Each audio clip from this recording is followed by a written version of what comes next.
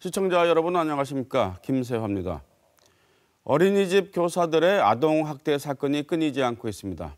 아이와 부모 너무 큰 상처를 받고 있습니다. 어린이집에 아이를 맡긴 부모들도 불안합니다. 지역 경제 발전을 위해서 지방정부, 지역경제계가 첨단기업 유치를 추진해 왔습니다만 최근 SK 하이닉스 유치 실패로 기업 유치 전략에 문제가 있는 것은 아닌가 하는 비판이 제기되고 있습니다. 오늘 시사톡톡은 어린이집과 기업 유치 전략 문제를 집중 조명해 보겠습니다. 먼저 어린이집 문제부터 얘기를 나눠보도록 하겠습니다. 이 자리에 공혜정 대한아동학대 방지협회 대표 나오셨습니다. 안녕하세요. 네, 안녕하십니까. 네, 어서 오십시오. 네, 구미의 한 어린이집에서 이제 교사들에 의한 아동학대 사건이 있었습니다. 저희들이 계속 보도를 하고 있는데요. 이제 검찰, 경찰의 수사 소홀 문제까지도 속보를 계속 내고 있습니다. 저희들 기자들이 만든 그 리포트 중에서 그 학대 부분 영상에 담긴 부분 그리고 이제 부모의 그 학대 주장이 담긴 부분을 발췌를 해서 먼저 보여드리겠습니다. 보시고 얘기를 나누도록 하겠습니다. 보시죠. 지난해 6월 27일 아이들의 놀이 시간입니다. 교사가 갑자기 한 여자아이의 팔을 휙 잡아당깁니다. 목이 뒤로 젖혀질 만큼 충격을 받은 아이는 교사 앞으로 질질 끌려갑니다. 교사는 다른 아이들이 보는 앞에서 야단을 칩니다. 이틀 뒤 다른 교사는 이 아이가 갖고 있던 책을 빼앗으면서 뺨을 때리기도 했습니다. 충격을 받은 아이는 집으로 돌아온 뒤 폭력적인 행동을 보였습니다. 애가 갑자기 막 소리를 지르는 거예요. 그럼 손에 있던 물건을 확 집어던지면서 찢어버릴 거야. 던져버릴 거야. 이러면서 선생님 나쁜 사람이야 이러는 거예요. 교사가 다른 여자아이를 부르더니 배를, 다리를, 또 배를 손으로 찌릅니다. 잠자는 시간, 이 여자아이가 엎드려 있자 교사가 다가와 머리와 뺨을 치더니 이불을 얼굴까지 덮어버립니다. 이 아이는 집으로 돌아와서 아빠와 어린 동생에게 자신이 선생님에게 당한 그대로 행동했습니다. 아빠의 뺨을 계속 때리고 머리를 잡아당기고 손발톱이 피가 날 때까지 물어뜯고 동생이 누워서 자고 있으면 그 위를 이불에 머리 끝까지 덮어서 그 위를 베개로 눌러버리고. 어린이집에서 끔찍한 일상을 겪은 아이들은 지금도 분리불안 증세를 보이며 심리치료를 받고 있습니다. 21개월 남자의 부모가 어린이집 CCTV를 보고 작성한 학대 정황 리스트입니다. 가장 먼저 눈에 띄는 건 성적 학대. 지난해 7월 13일 교사가 아이의 성기를 잡아당기자 아이가 아파하며 옵니다. 23일엔 아이의 성기를 때리고 잡아서 흔듭니다. 기저귀를 벗긴 채 혹은 채운 채 성기를 때리고 당기고 흔드는 등 지난해 6월부터 8월 사이 부모가 확인한 성적 학대 장면만 20건에 달합니다. 기저귀 안 갈 때도 그 성기를 계속 눈대고요. 씻어도 거울도 막 해요. 그런 부분이 엄청 많아요. 아이는 외상 후 스트레스 장애 판정을 받아 신경 안정제 등을 먹으며 치료 중이지만 지금도 기저귀 가는 걸 두려워하고 시도 때도 없이 박치기를 하는 등 심각한 후유증에 시달리고 있습니다. 네, 전 뉴스 보셨죠? 네. 예, 다시 보셨는데 어떤 느낌 드세요? 계속 화가 납니다. 네. 너무 어처구니가 없고. 네.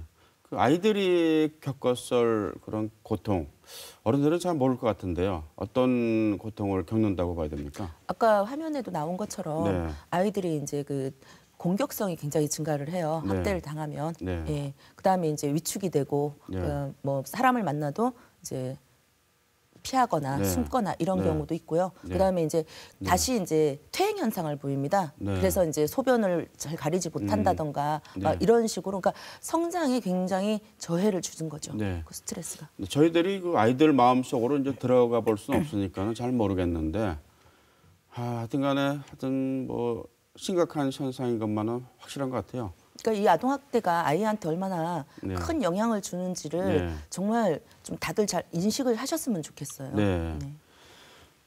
CCTV 영상을 보고서 이제 확인을 했는데 보통 부모들은 자기의 아이가 학대에 당했다라는 사실을 어떤 과정을 거쳐서 알게 됩니까? 보통은 이제 아이들이 그러니까 말을 할 줄 아는 아이들이 와서 뭐 선생님이 혼내켰어 아니면 네. 때렸어 이런 말을 해서 이제 처음에는 의심을 갖게 되는 경우가 대부분이고요. 네. 예, 그렇게 해서 이제 CCTV를 보여달라고 요청을 하는 과정에서 네. 이제 드러나는 경우가 많습니다.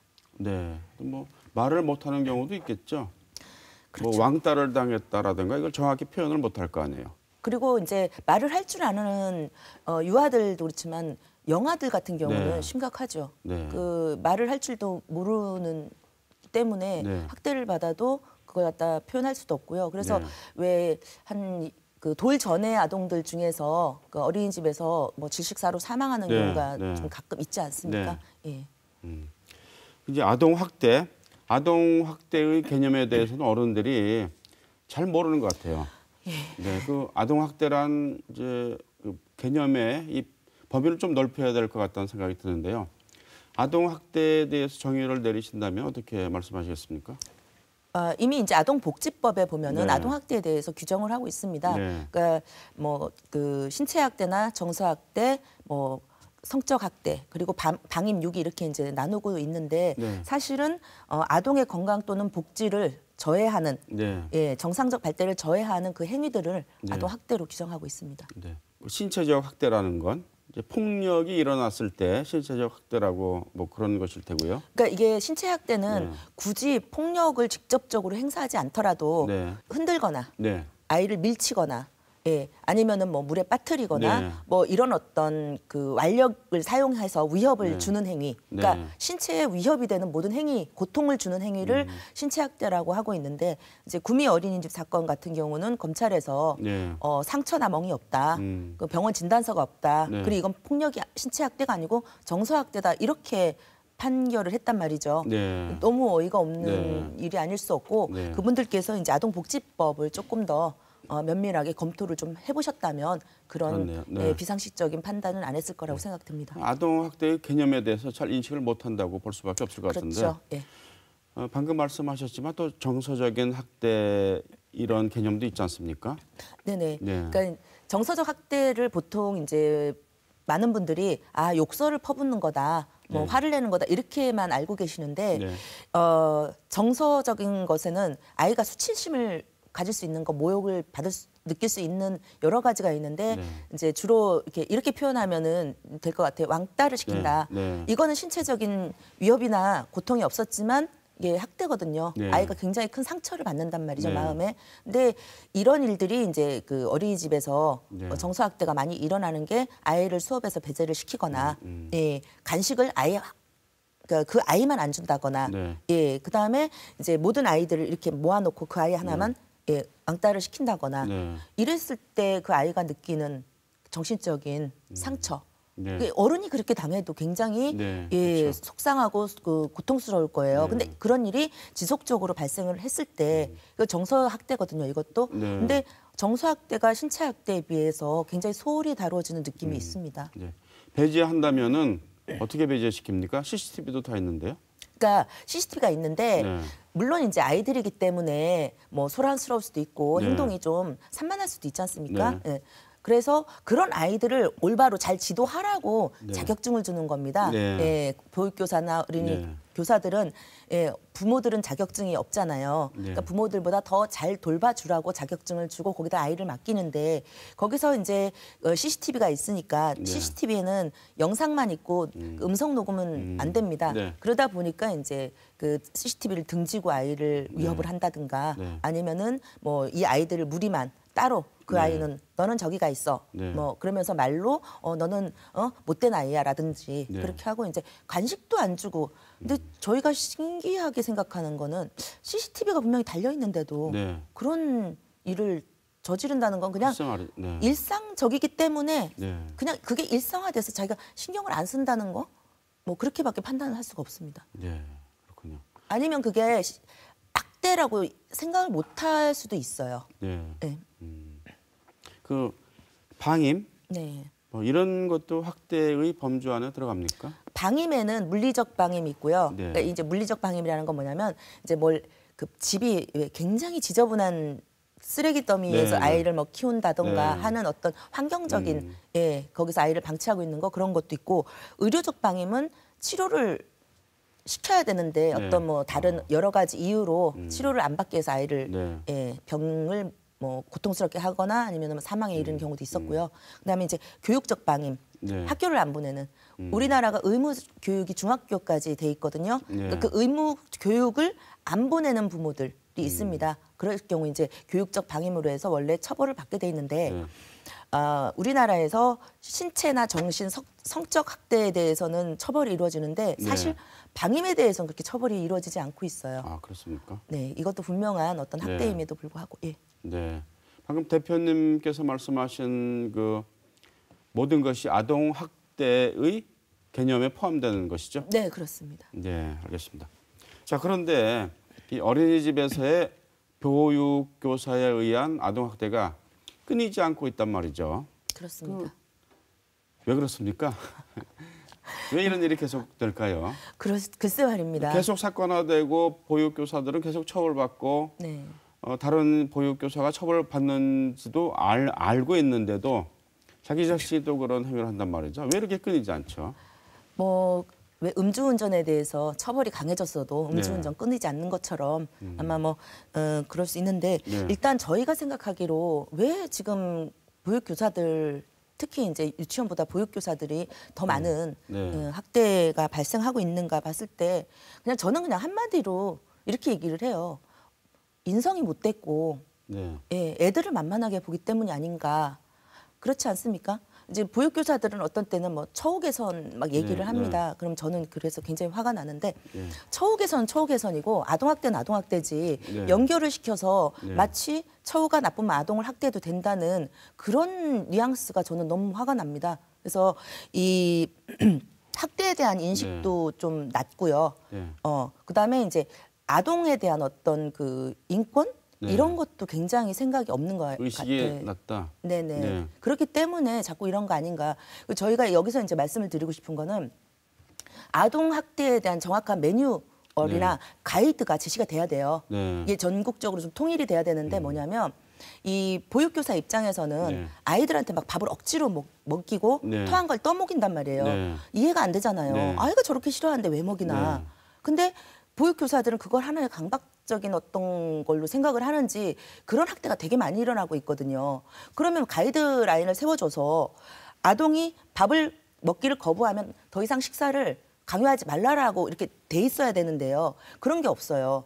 그러니까 억지로 아이를 막 다 먹여야 된다는 그런 게 미국 같은 경우는 그 아동한테 억지로 밥을 먹이는 행위를 아동학대라고 분명히 규정을 하고 있거든요. 그래서 거기는 자율배식을 한다고 하더라고요. 그래서 아이가 먹지 않으면 권하기는 하지만 억지로 강요하지 않는다라는 어떤 가이드라인이 있어요. 그러니까 그런 게 좀 있어야 되고요.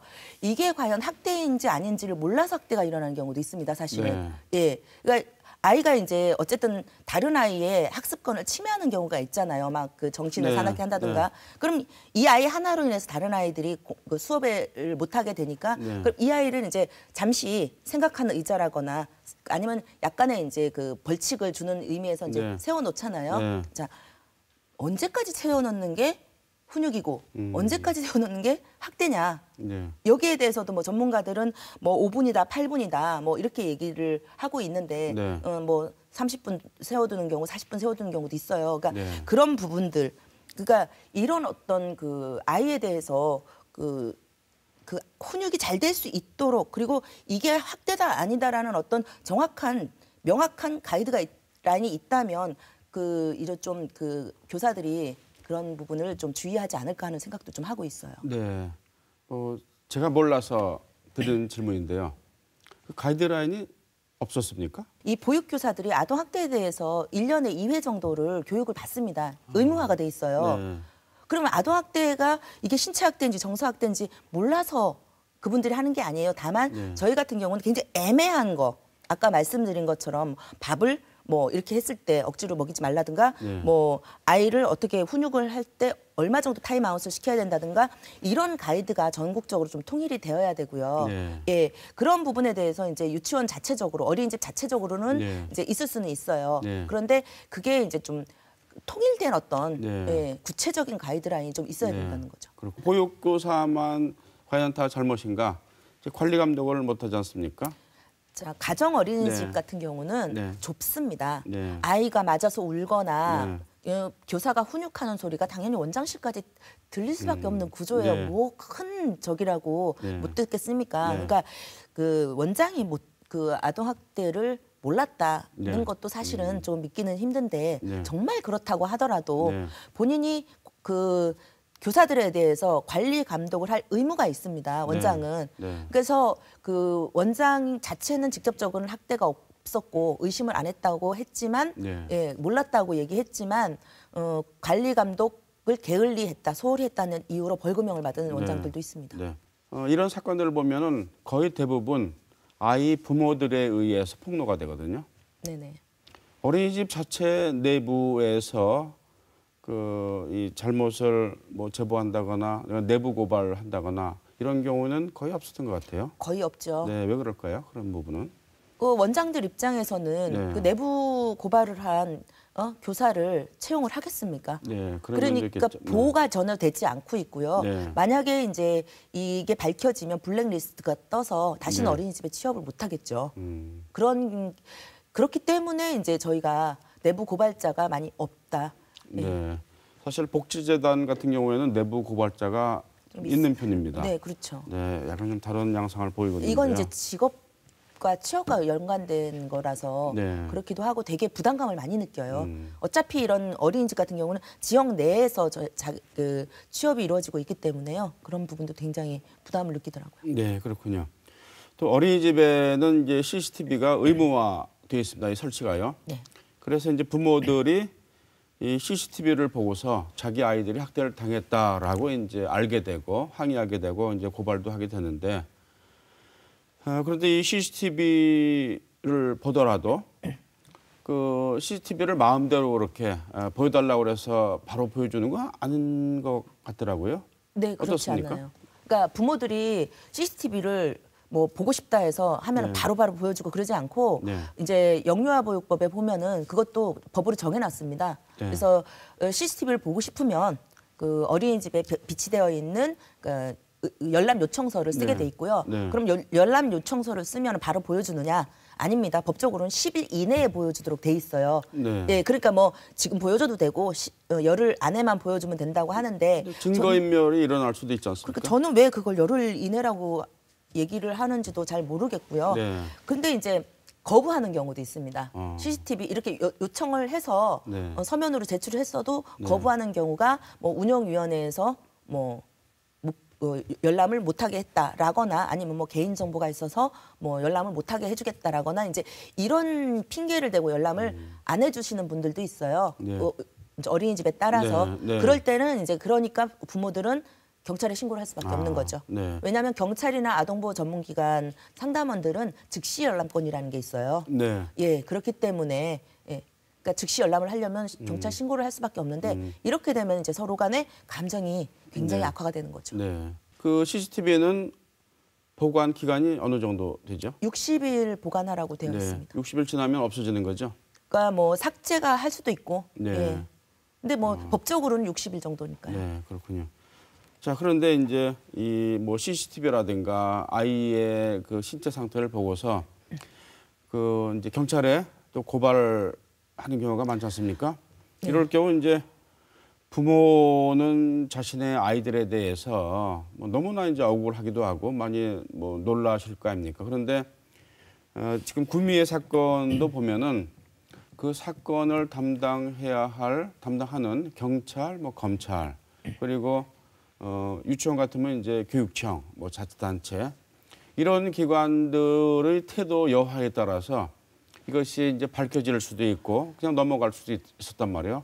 구미 사건 같은 경우에는 그냥 넘어갈 뻔했었습니다. 네네. 언론에서 얘기하지 않았으면 그렇게 되는데, 근데 이 검찰이나 경찰도 아동 학대에 대한 개념 정립을 잘 못한 상태 같거든요. 많은 문제가 있는 것 같은데.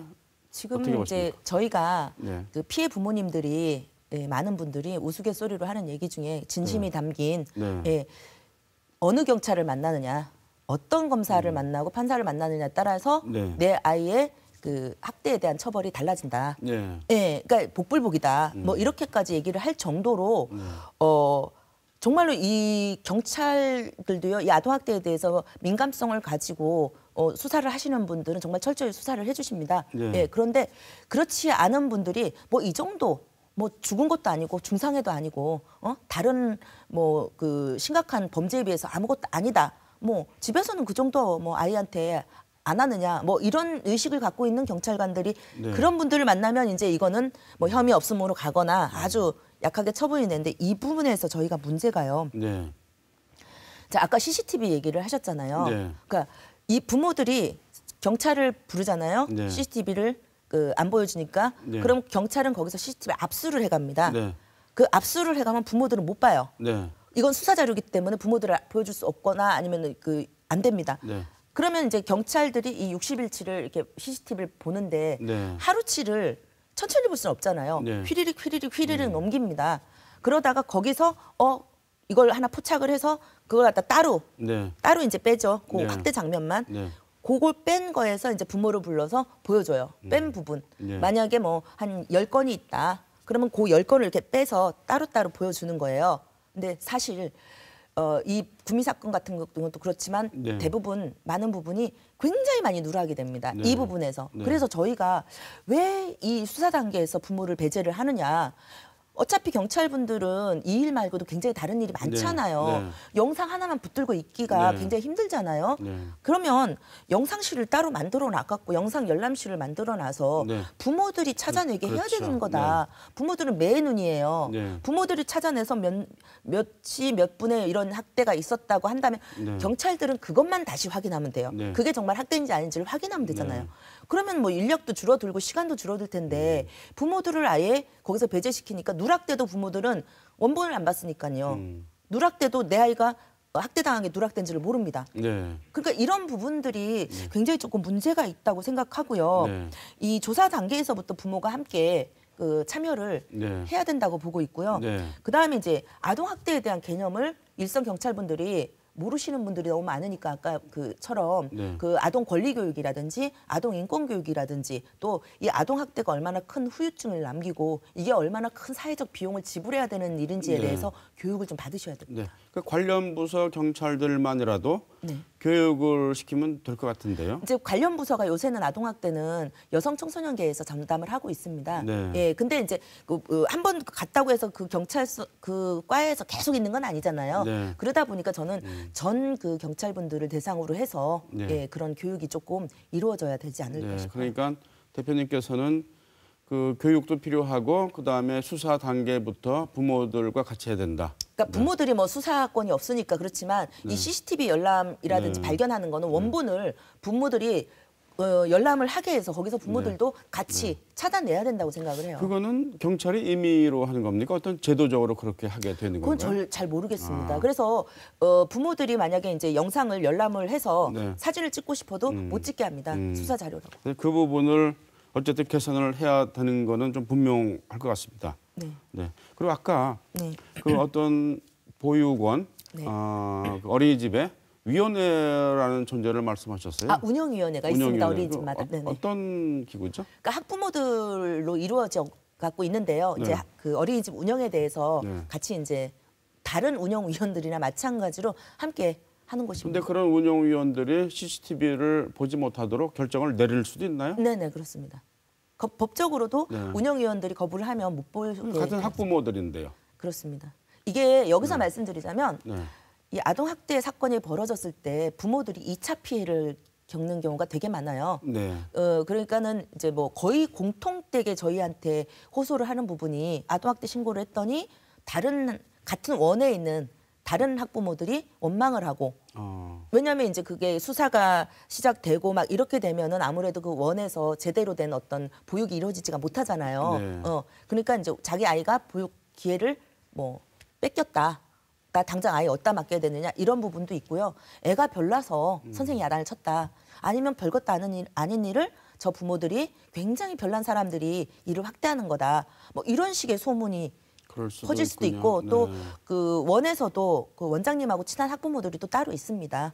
예, 그러다 보니까 그 친분 때문에 왜 우리 원장님은 절대 그러실 분 아니에요. 뭐 이런 식. 예, 그런 근데 식. 이번에 구미 사건도 친분 때문에 아이를 맡겼는데 네. 뭐 속았다 이렇게 말씀하신 분도 있는데 네네. 아동 학대 사실이 그 아동 학대가 사실이라면 자기 아이도 결국 학대당할 수도 있다는 생각도 하셔야 될 것 같은데요. 그렇지 않은 분들이 너무 많아요. 아. 원장 선생님이나 교사들은 우리 아이는 예뻐해 주실 거야. 네. 뭐 이렇게 생각을 하시더라고요. 네. 자, 그렇다면은 어떤 보완돼야 될 점, 수사 부분에서 보완돼야 될 점을 이제 말씀하셨는데 수사 이후에 그 처벌 사례 네. 많이 보셨을 것 같은데 네. 그 제대로 처벌이 됐다고 생각하십니까? 전혀 아닙니다. 구미도 뭐 이제 네. 아니었는데요. 네네. 이런 이 76건의 신체적 학대가 정서적 학대가 있었는데도 불구하고 네. 가정법원으로 보냈단 말이죠. 네. 보호처분. 그러니까 보호처분이라는 게 그냥 수강명령, 교육받는 거예요.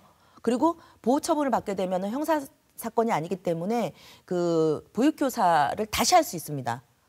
그러니까 이 사건의 네, 왜 네. 동영상을 보시면 굉장히 끔찍스럽잖아요. 네, 네. 이런 사람들이 만약에 보호처분으로 계속 지금도 가정법원에 있지만 거기서 처분을 받으면 이분들이 다시 어린이집에 가서 교사를 할 수 있다는 거죠.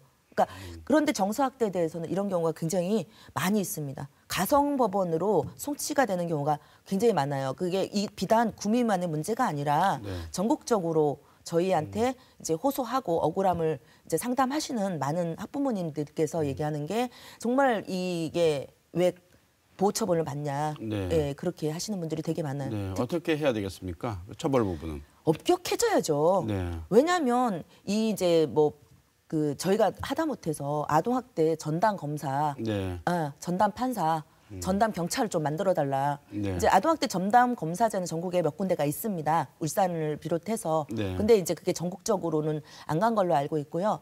그 여천계에서 아동을 이제 그 아동학대 사건을 담당을 하고 있지만 정말 아동학대와 아동 권리에 대해서 이분들이 개념이 없으신 분들이 너무 많아요. 네. 예, 그래서 이제 그런 부분에 대한 전문적인 어떤 그 교육 같은 게 들어가야 됩니다. 그리고 처벌이 엄격하다고 해서 모든 범죄가 없어지지는 않지만 네. 적어도 경각심을 주는 역할을 하지 않습니까? 네. 그래서 조금 더 아동들이 나중에 향후 겪어야 될 트라우마라든지 인성에 미치는 영향을 생각한다면 이게 결코 가벼운 문제가 아니기 때문에 좀 더 엄격한 처벌을 해서 다른 그 교사들이 아동학대를 하면 큰일 나는구나라는 생각을 갖게 만들어야 됩니다. 네, 알겠습니다.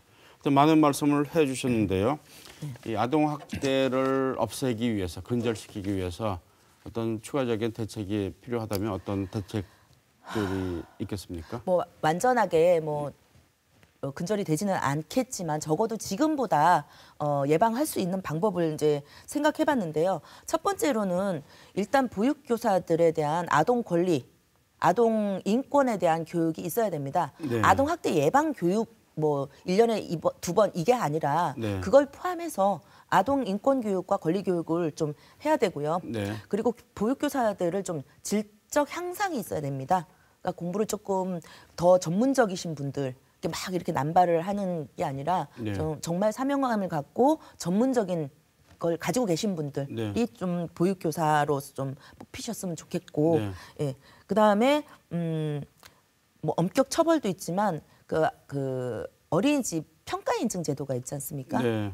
그것 좀 개선을 했으면 좋겠어요. 아동 그 어린이집에 이제 평가 인증을 하게 되면은 막 전화를 해줍니다. 네. 언제 몇 날 며칠 언제 간다고.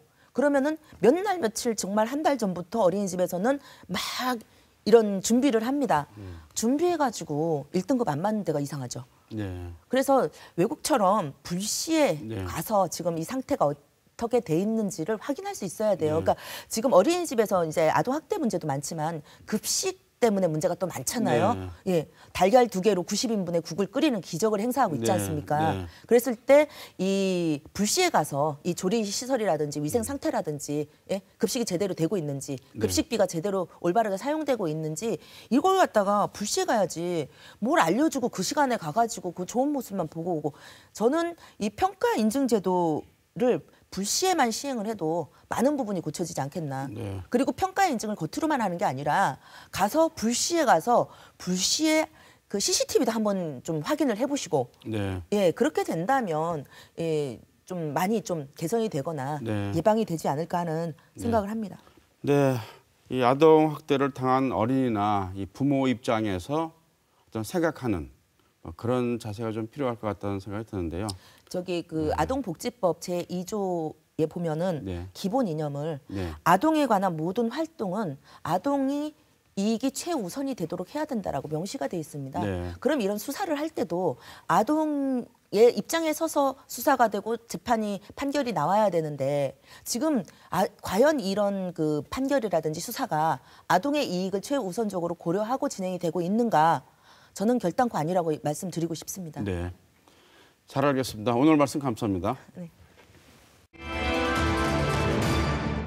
지역 경제가 발전하려면 지역 내 기업의 혁신 성장이 있거나 아니면은 혁신 성장하고 있는 기업을 유치하거나 뭐 두 가지 중에 하나이거나 두 가지 다 방법을 우리가 동원해서 성공할 수 있으면은 좋을 것 같은데요. 최근에 기업 유치, 큰 기업 유치 작업이 있었습니다만 실패했습니다. 오늘 이 지역의 기업 유치 전략이 어떤가 좀 비판을 해보고 이게 맞는가, 좀 개선할 방법은 없는가 여기에 대해서 얘기를 나눠보도록 하겠습니다. 이 자리에 김현권 더불어민주당 의원 나오셨습니다. 어서 오십시오. 예, 반갑습니다. 자, 김현권 의원님은 TK 특위 위원장이시기도 합니다. 오늘 좋은 말씀 부탁드리겠습니다. 자, 먼저 의원님께서 생각하시는 이런 지역의 이 산업의 어떤 구조적인 문제점은 없는가 이런 질문을 드리고 싶습니다. 우리가 지역 기업의 혁신이라든가 지역 기업 유치 이런 얘기를 자꾸 하는 것은 기존의 이 지역의 산업 구조에 어떤 문제점이 있기 때문에 그런 질문을 하고 답을 원하는 거 아니겠습니까? 네, 지역 산업 구조 어떤 문제점이 있다고 보십니까? 그러니까 전체적으로 대구 경북의 경제가 침체해 있는 건 사실이고요. 현장에서 느끼는 분위기도 상당히 어렵습니다. 그런데 이것은 단지 대구 경북만의 문제는 아닌데 대한민국 전체적으로 다 비슷한 측면이 있습니다. 뭐냐 그러면 우리 경제가 성장해 오는 과정에서 보면은 이게 저임금의 기초에서 성장을 했단 말이에요. 그런데 그 과정에서 소득이 증가했고 경제 규모가 커진 거에 사실이에요. 그런데 국민들 소득은 당연히 이제 성장 과정에서 늘어나고 그러면 이 소득이 늘어난 만큼 인건비가 늘어나고 사람들의 기대가 높아지는데 거기에 걸맞는 산업의 구조도 따라서 진전을 해줘야 되는 거죠. 네. 그러니까 단지 저임금이 아니라 이제는 기술에 기반한 산업, 미래를 열어나갈 신산업 이런 부분들로 기업 그 구조가 끊임없이 그 혁신을 해 나갔어야 되는데 이 부분이 그 정체된 거죠. 그러다 보니까 임금 수준은 높아가고 거기에 맞는 산업 구조는 성장을 못하니까 더 이상 저임금으로 해결이 가능하지 않으니까 상당한 기업들이 해외로 이전해 나갔고 그러니까 지역에는 공동화 현상이 벌어지게 된 거고 당장 일자리 부족하고 공장에 빈 자리들이 많이 생기고 그렇기 때문에 크게 봐서는 지역 기업들의 그 구조 개혁들을 끊임없이 해서 기술 기반한 산업으로 어떻게 성장해 나갈 것인가 그 토대를 마련하는 것이 근본적인 문제라고 생각을 하는데요. 그런데 단지 그거는 단기간에 해결이 가능하지 않은 어려운 문제라는 거죠. 네, 그래서 이제 기업 유치가 필요하다. 성장한 기업을 갖고 오는 게 어떻게 그러니까 보면 좀 빠른 길일 수도 있고요. 우리의 체질을 개선하는 게 우선인데 그게 시간이 걸리니까 그리고 당장 어려우니까 기업을 혁신성을 띈 기업을 유치를 해가지고 그것을 통해서 또 지역의 경제를 활성화시켜보자라는 게 기업 유치 전략의 핵심인 거죠. 부가가치가 높은 산업으로 이 구조를 형성해야 된다. 자체 혁신이든 아니면 혁신된 기업을 유치하든 그리고 기존의 저임금 구조의 이 산업으로는 한계가 있다 이렇게 말씀하신 것 같습니다. 사실 뭐 대구 경북 특히 이제 대구 지역은 섬유 일변도 직물 산업인데 염색 가공하고 이제 수출하는 기업 대부분 아니겠습니까? 또 대구 경북에는 이제 자동차 부품 기업들도 사실은 저임금의 기반해 있고 그리고 모바일 같은 경우에도 어떤 부분은 저임금 뭐 이제 최저임금은 아니지만은 예. 고임금이 아니라 그 생산 현장에서는 어느 정도 저임금에 기반하기 때문에 해외로 또 나가게 되는 그렇죠. 이런 현상을 말씀하시는 것 같아요. 모바일 네. 그 산업, 그 전기 전자 산업이라는 것이 언뜻 보기에는 그 첨단 산업인 것 같지만 그것이 그 조립이거든요. 네. 그러니까 그렇게 높은 기술력을 요구하는 것이 아니기 때문에 저임금으로 어느 정도 가능했었는데, 네. 근데 그게 이제 다 외국으로 빠져나간 거죠. 기업을 유치하더라도 예. 지역 내 생산 공장을 유치하는 식으로 하면 안 되겠네요. 그런 부분도 좀 염두를 해둬야 되겠습니다. 그렇죠. 네. 그러니까 어떤 산업을 유치하느냐도 매우 중요하고요. 네. 그러니까 제가 대구를 중심으로 좀 살펴보면은 네. 대구는 그동안 그래도 상당히 여기가 노력은 많이 했구나라는 생각이 들더라고요. 뭐냐 그러면 대구는 그동안 섬유 산업 중심에서 그러니까 물산업과 관련된 여러 가지 토대들도 만들었고 또한 로봇 산업 분야에 신성장 영역으로 해서 또한 그 상당한 분야들을 지금 개척을 하고 있어요. 그래서 대구가 이런 부분에 초점을 가지고 앞으로 미래 산업을 열어가려고 준비를 하고 노력을 하는구나 하는 게 보일 정도의 진행은 있어요. 있는데 그렇지만 이것이 지역 그 기업들이나 주민들이 느낄 만큼 체감 있는 성과를 나타낸다거나 아니면 구체적으로 이제 혁신적인 이런 그 자랑할 만한 일들로 성장하고 있지는 아직 못한 것 같아요.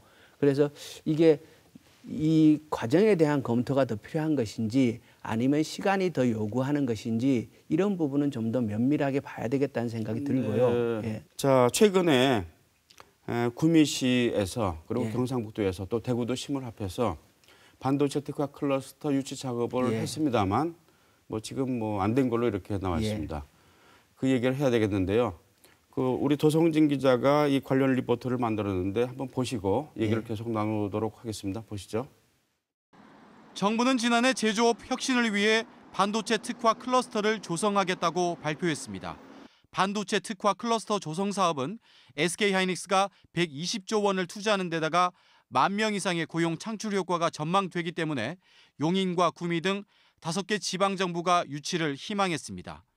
구미시와 경상북도는 구미 국가 5단지 30만 평을 무상 제공하고 관련 기반 시설을 확충하는 등 특별한 인센티브를 제시하며 유치 전에 뛰어들었고 대구시도 상생 협력을 내세우며 힘을 보탰습니다. 침체된 지역 경제를 살리고 국가 균형 발전을 위해서는 더 이상의 수도권 집중 현상을 막아야 한다며 수도권 공장 총량제 준수를 강조했습니다. 시민사회단체는 곳곳에 SK하이닉스 현수막을 걸고 서명운동을 전개했고 일부는 영하의 날씨에 얼음물을 뒤집어 쓰면서 유치 홍보에 열을 올렸습니다. 하지만 SK하이닉스는 반도체 특화 클러스터를 경기도 용인에 들어서게 해달라며 정부에 공식 요청했습니다. SK하이닉스 측은 반도체 연구 인력을 유치하기 위해서는 수도권의 클러스터가 조성되어야 한다고 밝혔습니다. 하지만 SK하이닉스 유치 실패가 현실화되면서 지역 혁신의 일환으로 추진해왔던 첨단 기업 유치 전략을 재검토해야 한다는 주장이 제기되고 있습니다. 시사톡톡 도성진입니다. 네, SK하이닉스가 용인을 희망했습니다만 예. 대구 경북 지역 입장에서는 유치에 실패를 했다고 이렇게 말할 수 있을 것 같아요. 그 이유는 무엇이라고 보십니까? 좀 더 정확하게 보면요. 네. 그러니까 SK하이닉스가 투자 계획을 처음 발표한 건 2011년도예요. 네. 그때 이미 계획의 일부를 발표를 했고요. 2015년도에 45조 규모의 투자 계획을 재차 발표를 했고 네. 그때 당시에 박근혜 대통령이 현장에까지 찾아가서 이렇게 단추를 눌렀고 그런 과정이 연속해서 작년 연말에 다시 120조로 네. 그것이 발표된 것인데요. 네. 그렇게 본다면 이것은 어느 날 갑작스럽게 이루어지지 않는다는 거죠. 네. 긴 과정 속에서 논의되고 준비되고 그런 것의 토대로 근거해서 만들어지는 것이지 우리 대구 경북은 실제 유치에 뛰어든 것이 작년 12월 27일입니다. 네. 그러니까 2011년도에 네. 발표했는데 네. 그동안 이걸 유치하겠다는 얘기를 한 번도 한 적이 없어요. 없다가 작년 12월 27일 날 처음 그 얘기를 하고 2달 동안 열심히 유치 전략을 했는데 그래도 이번에 대구와 경북 특히 구미 시민들이 한 마음을 모아갖고 여러 가지 그 유치전을 펼친 것은 그 나름 우리의 역량을 모아왔다는 그런 그 긍정적인 그 성과가 있다고 생각을 하고요. 어느 것도 하루아침에 이루어지는 일은 없다. 매우 장기적인 관점에서 준비하고 도전해야 한다. 이런 말씀을 드리고 싶습니다. 네. 한 걸음 좀 더 들어가서 왜 이렇게 늦게 뛰어들었을까요? 대구 경북은 그동안에 뭐 로봇 산업도 아까 말씀하셨지만 이렇게 추진하고 있지 않습니까? 수많은 R&D 사업 그 R&D도 유치를 했고요. 뭐 가시적인 거는 이제 뭐가 있느냐라는 이제 비난도 있긴 있습니다. 이제 지켜봐야 되겠지만요. 그리고 첨단 산업 운운하지 않았습니까? 산업 구조를 개선시켜야 되겠다고 하고 이런 산업 구조 개선을 희망한 적은 뭐 옛날에 문희갑 시장 계실 때부터 있었습니다. 그럼 당연히 반도체 수요는 확대될 것이라는 거 다 알고 있을 텐데 왜 이렇게 늦게 뛰어들었을까요? 그러니까 아까 제가 이제 대구는 그래도 산업을 들여다보면 대구에서 뭘 하려고 하는지는 보인다. 이것이 잘 진행되고 안 되고 있는지는 아직 좀 더 두고 자세히 들여다봐야 되겠지만 그렇게 말씀을 드렸는데 좀 더 냉정하게 말씀을 드리면요. 경북은 들여다보면 뭘 하려고 하는지 아직 저는 잘 못 보겠어요. 제 눈에 제가 그것을 이렇게 파악을 해내지 못하겠어요. 제가 능력이 부족해서인지. 그건 무슨 얘기냐면요. 그동안 너무 긴 시간 동안 호시절이 길었다. 정말 좋은 시절이 우리에게 있었기 때문에 우리에게 이렇게 어려운 시기가 닥쳐올 것이라는 것에 대한 인식이 부족했고 이것은 뭐 몇몇 지도자만의 문제는 아닐 거라고 생각을 합니다. 그리고 구미 경제가 지금 이제 공동화되는 과정에서도 보면 그 당시에 왜 기업들을 제대로 붙잡지 못했던가 하는 반성들을 아쉬워하는 분들 많거든요. 그것은 다른 이유보다도 봄에 그 좋은 꽃피는 그 춘삼월에 그 찬바람 부는 날을 생각하지 못했기 때문 아닌가 이런 생각을 합니다. 구미 같은 경우에도 이제 5단지는 뭐 첨단 기업을 유치하겠다라고 전부터 얘기를 해왔고 또 그 이전에 그 디스플레이 일정 부분이 이제 파주로 나갈 때부터 새로운 첨단 기업을 유치해야 된다. 첨단 기업을 유치해야 된다라는 그런 주장은 굉장히 오래전에 있었단 말이죠. 그런데 왜 이 반도체 첨단 기업 중에 첨단 기업 아니겠습니까? 앞으로 뭐 반도체 수요는 뭐 어마어마하게 폭증한다는 거는 일반인들도 잘 아는 시설인데 왜 이렇게 이제 구미시라든가 경상북도라든가 지방정부뿐만이 아니고 지역 경제계 정치인들도 마찬가지입니다. 왜 이렇게 예측을 못했을까 하는 게 사실 말로만 떠들고 실제로 산업 수요를 예측하지 못했던 거 아닌가 이런 의구심도 사실 들거든요. 그렇게 볼 수도 있고요. 그런데 저는 반도체가 대구 경북 경제 기반과 적합한가라는 부분도 검토를 해봐야 된다고 생각합니다.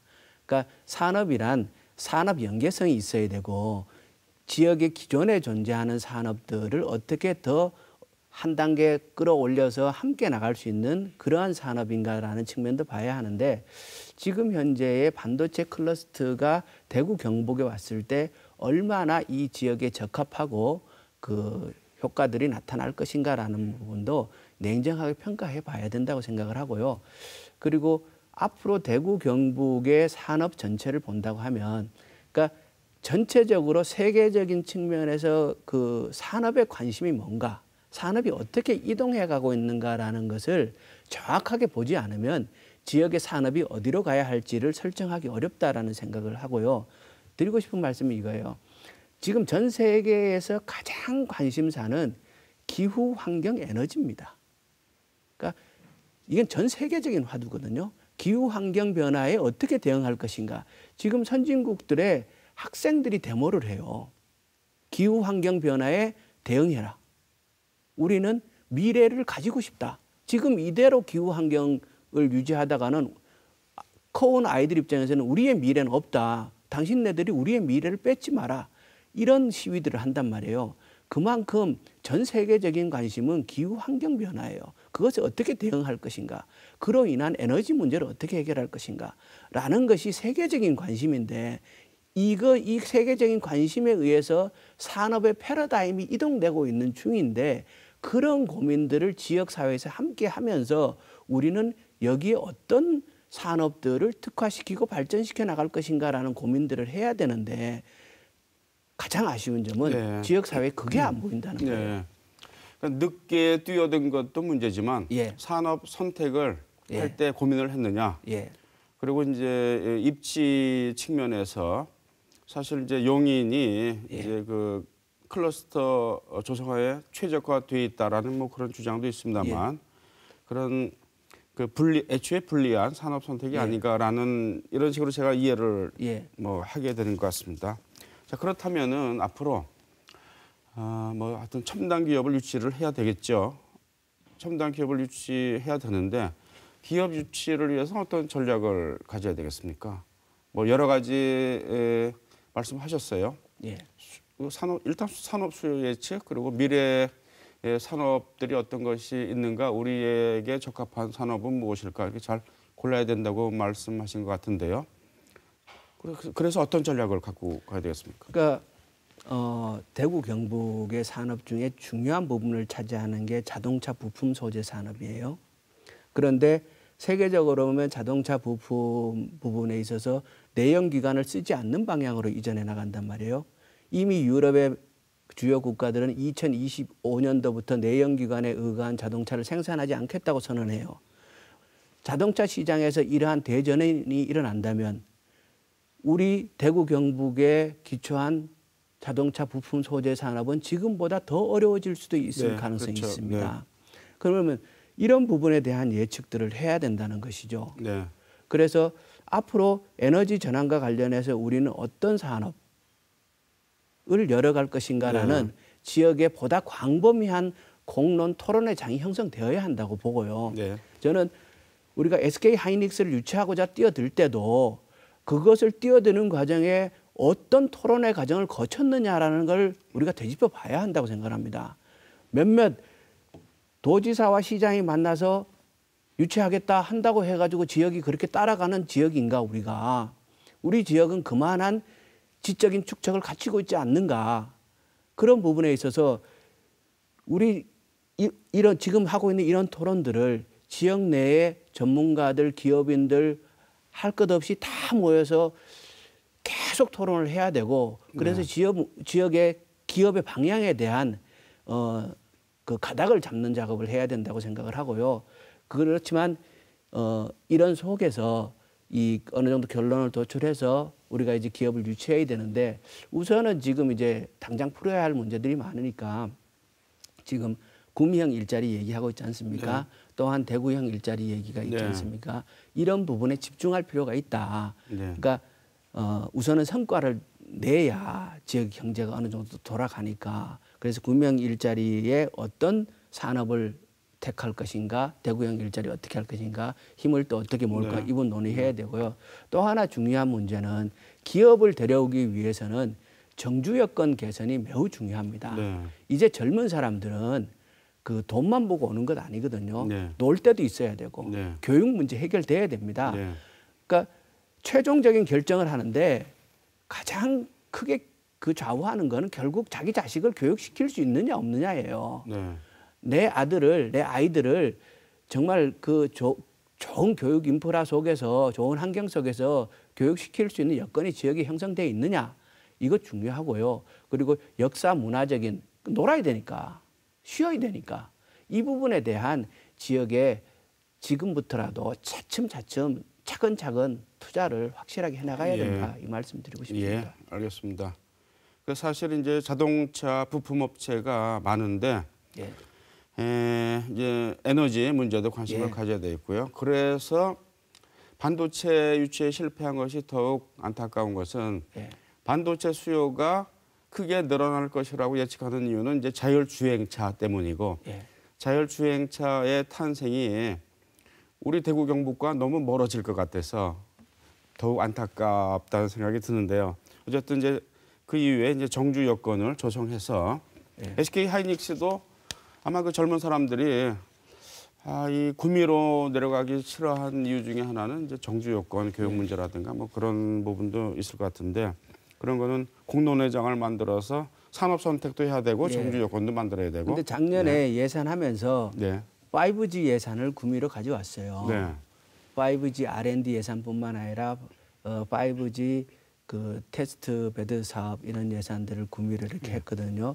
그러니까 자율주행, 미래 자동차 뭐 이런 부분으로 우리가 가야 한다고 생각을 하면 그것은 반도체뿐만 아니라 거기에서 필요한 전장 산업 그리고 가장 중요한 배터리 관련 이런 부분들 많이 있거든요. 그런 부분에 있어서 대구 경북의 토대가 그래도 부분적으로 갖춰져 있기 때문에 우리가 또 그 친환경 에너지를 어떻게 공급할 것인가 하는 문제에 관한 논의도 지역에서 해야 되거든요. 근데 그런 거 안 하고 있거든요. 네, 알겠습니다. 지금까지 이제 공업 경제 위주로 얘기를 했습니다. 우리 의원님은 이제 농업 경제 전문가이시고 그리고 이제 경북 지역에 그 뭐 토대를 갖고 계시기 때문에 이 질문을 해야 될 것 같아요. 이제 특히 경북 지역 같은 경우는 이제 농업 경제가 굉장히 중요한데 질문이 너무 이제 광범위하지만 어쨌든 농업 경제를 살리기 위한 기업 유치하고는 좀 다른 차원에서의 경제 활성화, 일자리 창출 뭐 이런 관점에서의 농업 경제 어떻게 살려야 한다고 보시는지. 저는 타켓을 정확하게 설정하는 게 중요하다고 생각을 하고요. 작년도 그렇고 재작년도 그렇고 지금 대한민국의 그 농업 수출액이 계속 증가하고 있습니다. 이게 급격하게 증가하는 건 아니지만 꾸준하게 증가하고 있고요. 올 1월, 2월만 놓고 봐도 딸기 수출액이 대한민국에 이렇게 상당히 늘어나고 있거든요. 그렇게 본다면 우리가 이제 특히 이제 동남아권 있지 않습니까? 동남아권과 지금 교류액도 많이 늘어나고 있고 이쪽 부분에 진출해 있는 우리 기업들도 꽤 있고 그렇게 해서 몇 가지 타켓들을 정확하게 설정해서 예를 들어서 딸기, 전 한우의 수출 가능성도 매우 높다고 봅니다. 한우라든가 이런 것들을 설정을 해서 하나씩 성공 사례를 만들어 나가기 위한 구체적인 노력이 필요하다. 그리고 동남아에 수출해 갖고 하고 있는 분들의 얘기가 특히 그쪽 지역에서는 아직 그 저온 저장 이런 것들이 많이 부족하거든요. 근데 우리가 그런 것도 조금 지원을 해주고 그렇게 해서 타켓으로 하나씩 수출의 경로를 뚫고 나간다면 경북의 중요한 농산물들이 작년에 포도도 성공했지 않습니까? 그런 것들에 집중하면은 성과를 충분히 낼 수 있다고 생각합니다. 수출적으로 눈을 돌리자. 농산품뿐만 아니라 저장 시스템까지 아예 수출하자. 이렇게 말씀하신 것 같아요. 그러니까 농산물의 유통 체계에 관한 것도 함께 내보내면서 해야 가능한 겁니다. 한 가지만 질문드리겠습니다. 그 소고기. 지금 우리 한우 가격이 비싸서 뭐 수입 소고기 먹고 하는데 이 비싼 이 소고기를 수출한다면은 도대체 어디에 수출해야 되죠? 제가 약 2달 전에 그 베트남 하노이에 가서 그 마켓에서 우리 딸기 300g짜리가 거기 현지 가격으로 9,500원이에요. 굉장히 비싸죠. 비싸네요. 거기 그 물가에 비하면 그런데 수출되고 있어요. 그리고 우리 뭡니까 꽃감 이런 것들이 상당히 비싼 가격으로 수출되거든요. 그러니까 동남아 그러면 평균 소득으로 치면 얼마 안 돼 보이지만은 거기 인구가 워낙 크고 우리보다 소득 불균등이 더 심하기 때문에 거기 부유층들은 우리보다 구매 지수가 훨씬 더 높아요. 그래서 우리 여기서 300g짜리 한 5,000원, 600원 하거든요. 5,000원, 6,000원 하거든요. 그런데도 그 딸기가 거기서 9,600원에 판매되고 있단 말이에요. 그러니까 그렇게 보면은 우리 소고기도 홍콩하고 마카오에 처음 수출될 때 현지 소비자 가격이 얼마였냐면요. 키로 20만 원이었어요. 그런데도 소비가 돼요. 그걸 소비하는 특수층들이 있는 거거든요. 그렇게 타켓을 잡아서 그러니까 이게 상품도 모든 것을 한꺼번에 다 수출하겠다는 것이 아니라 포도, 딸기, 한우 등 가능한 것, 소비지에서 이렇게 경쟁력이 있는 것들을 선택해서 설정을 해야 되고, 그다음에 그 소비층도 전체가 아니라 특수층을 대상으로 공략을 해 들어가는 방법을 그렇게 파고 들어가야 된다는 거죠. 네, 알겠습니다. 시간이 다 돼서요. 예. 마지막 질문 하나 드리겠습니다. 예. 우리 의원님은 더불어민주당 TK 특위 위원장이세요. TK 특위, 대구 경북 특별위원회, 예. 대구 경북 지역의 발전을 위해서 예. 활동을 하는 그런 더불어민주당의 예. 이제 위원회 위원장이신데 예. 활동을 잘 못하지 않았는가 하는 비판도 좀 있습니다.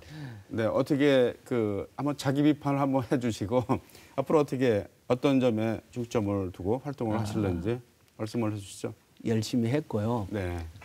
작년 예산국회에서 저희가 도시에 있는 우리 위원들하고 네. 함께 협력을 해서 대구뿐만 아니라 경북에 추가적으로 예산 확보하는데 상당한 노력을 기울였고 또한 상당한 성과를 냈습니다. 그리고 지금 이제 2019년도 정부 예산을 편성하는데 네. 일찍 반영하기 위한 노력도 꾸준하게 하고 있고, 근데 이제 오히려 저희 입장에서는 좀 아쉽습니다. 요즘 TK 패싱 이런 얘기 많이 하는 거 아는데요.